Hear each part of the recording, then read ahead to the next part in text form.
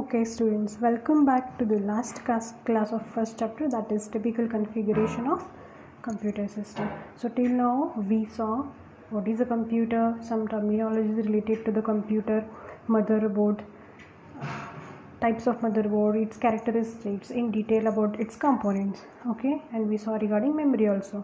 Now the last part is power supply to a computer system. So do we need a power supply to a computer system? Yes or no?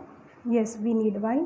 Because computers are nothing but they are the electronic machines. Each and everything of the computer system is built based on electronic components. Yes, and if we want to make the electronic components to work, then what we have to do?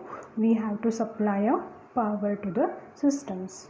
Power in the sense, normal day-to-day life we use the word current. Yes, we have to supply power to our computer system because it is a electronic machine, otherwise the system will not work. Yes, okay, now we'll see which are the types of power supplies connected to a computer system. There are mainly two types. The first one is switch mode power supply, in short we call it as SMPS. Second is uninterruptible power supply. Okay, a question can be asked here, expand SMPS. What is expansion? Switch mode power supply. Another question can be asked, expand UPS, that is uninterruptible power supply. Okay, now we will see what are these power supplies. The first one is SMPS. So this SMPS is a power supply which converts AC, that is AC in the sense alternative current, from an electronic outlet to the DC, that is direct current power needed by our system components. Okay, why this conversion is required from AC to DC? See, we have the mains. Yes, from the mains only we are getting the powers, even for our houses also. Yes, so in that mains, what will be the volt power it is, that current voltage will be of around 230 volts. Yes, and which is very high. That much voltage we are not requiring in our computer system. Yes, we require hardly of about 12 volts for our computer systems. So 230 is a very high power supply, very high voltage it is. We are not requiring that much. If I supply that much voltage to our computer systems, then system will not work, that may blast. Okay, so what we have to do, I have to convert that AC 230 volts to DC, that is for how much current is required for our computer system. Then who will do that conversion? That will be done by switch mode power supply. Okay, so this is nothing but an power supply, an SMPS, which converts an AC power from an electrical outlets to the DC power needed by the system components. Okay, and where it is placed in the computer system? An SMPS is a metal box. Okay, this is a metal box in the rear of the computer system. Rear in the sense in the back side of the computer system, that is attached to the computer chassis and to the computer and to the system board. Means what exactly? Computer chassis in the sense that is nothing but a case box. Case box in the sense we have the CPU. We normally, which components we have? Monitor, keyboard, CPU, like this we say, right? So in that CPU box, what we see, that is nothing but computer chassis, that is a computer case. So in the back side of that case, that is the rear of the system, rear side of the system, this metal box is placed, that is nothing but SMPS power supply battery. Okay, now this power supply contains what all things? That is, it contains power card plug. Yes, power card plug is needed to supply power to the system. Yes, and a fan for cooling. Why we need a fan? Since it is generating a power for us, it is supplying a power for us, obviously there will be a generation of a heat. Yes or no? There will be a generation of a heat. To cool that, what we need to have? We should have a fan. So fans are used for cooling purpose because it will generate a lot, in the sense more of heat. Okay, then an SMPS with rating of more than 300 watts is needed, because if we use a less watt SMPS, then it will be not reliable for our modern computer systems. So that is the reason we should have a SMPS with more than 300 watts. In the PC, in the computer systems, the SMPS, it converts a 230 volts. 230 volts we get from the main outlets, main power outlets, okay, of AC. It is converting that to of around 5 to 12 DC volts, which is required by our computer systems, okay. And the wattage is around 180 to 300 watts, or it can be 450 to 500 watts, depending upon the systems, how much our systems need, that much it is going to convert, okay. So question can be asked here, name the types of power supplies. So what are those two? Switch mode power supply, and one more is uninterruptible power supply. Or one more question can be asked, expand SMPS, that is switch mode power supply. Or they can ask, explain SMPS. You need to write all these points there. Yes. So this basically SMPS work is to convert the AC which we get from the electrical outlets to DC power which is needed by our computer system. Okay. Now moving on to the next power supply, that is uninterruptible power supply, UPS. See, what is this uninterruptible?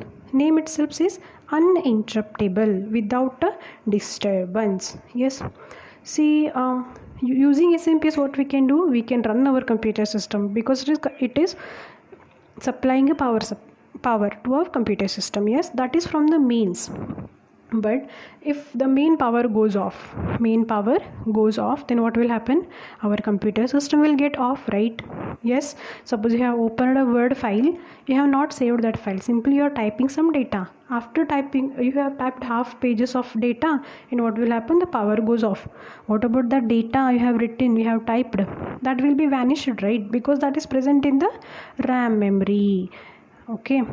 To avoid this, even after the power goes off, your system should work, because you have to save your data. If you don't save, everything will get vanished. Yes. So you need some time for that. Yes. So to supply this kind of uninterruptible power, I mean without a disturbance, even the power goes off, then also your system will work. To supply that kind of a power, we have something backup batteries, power supplies, that are nothing but uninterruptible power supplies. Okay. So what is this uninterruptible power supply?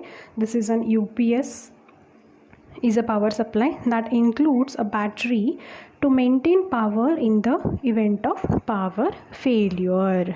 Okay, what is this? It is a power supply which consists of the battery to maintain power in the event of power failure. Okay, even the main power goes off, using these batteries you can make your computer systems work properly. Then typically an UPS keeps the computer running for several minutes to few hours after a power failure, enabling us to save our data which is there in the RAM, and then shut down the computer carefully or gracefully. As I said, the example of Word, what I can do, I can save the data present in the RAM, because power goes off, I'll get to know that okay, now I can stay with this battery for about, depends on the battery, for about 20 minutes. Earlier what happened, we had a batteries, right, which were used to support only 20 minutes power supplies after the power failure. Yes, during that time user will get to know that yes, now the power will get off, I have to save my data. Yes, so what you can do, whatever you have done, that data you can save, and you can carefully switch off your systems. Nowadays we have power supplies, power systems which will give us backup of around 2 to 3 hours, like that. Yes, so in that time what you can do your work and save your data. Yes, so now we will see types of UPS. There are basically two types. One is online UPS and another one is standby UPS. Then what is this online UPS? The online UPS avoids momentary power lapses by continuously providing power from its own inverter, even when the power line is functioning properly.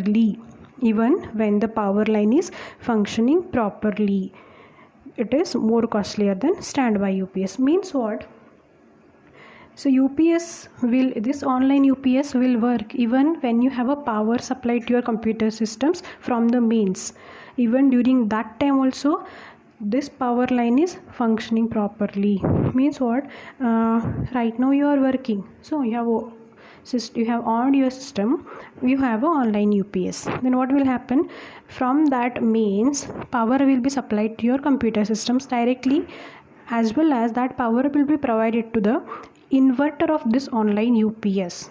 Okay, then ultimately how we are going to get the power?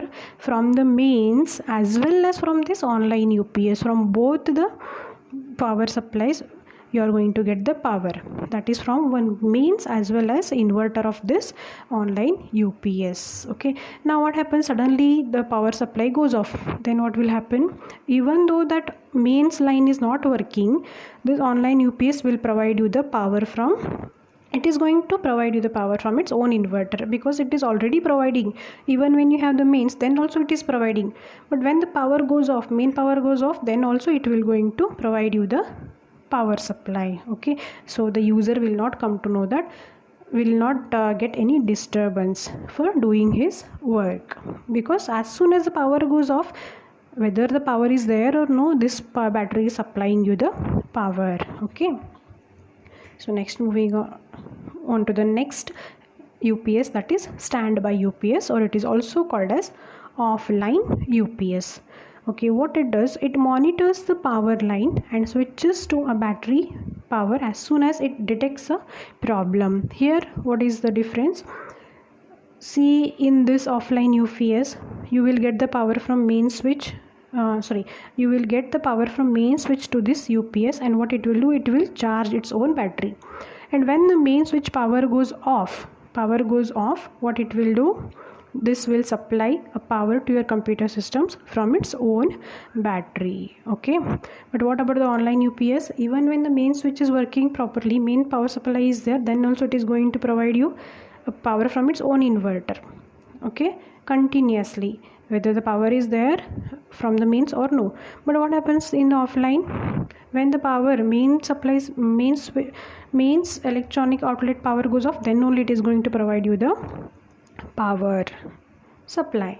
Yes, so question can be asked here, what is UPS, or expand UPS, that is uninterruptible power supply, and explain the types of UPS, which are those two, online UPS and standby UPS. You need to explain these 2 points. Okay, so students, here it is the end of the chapter 1.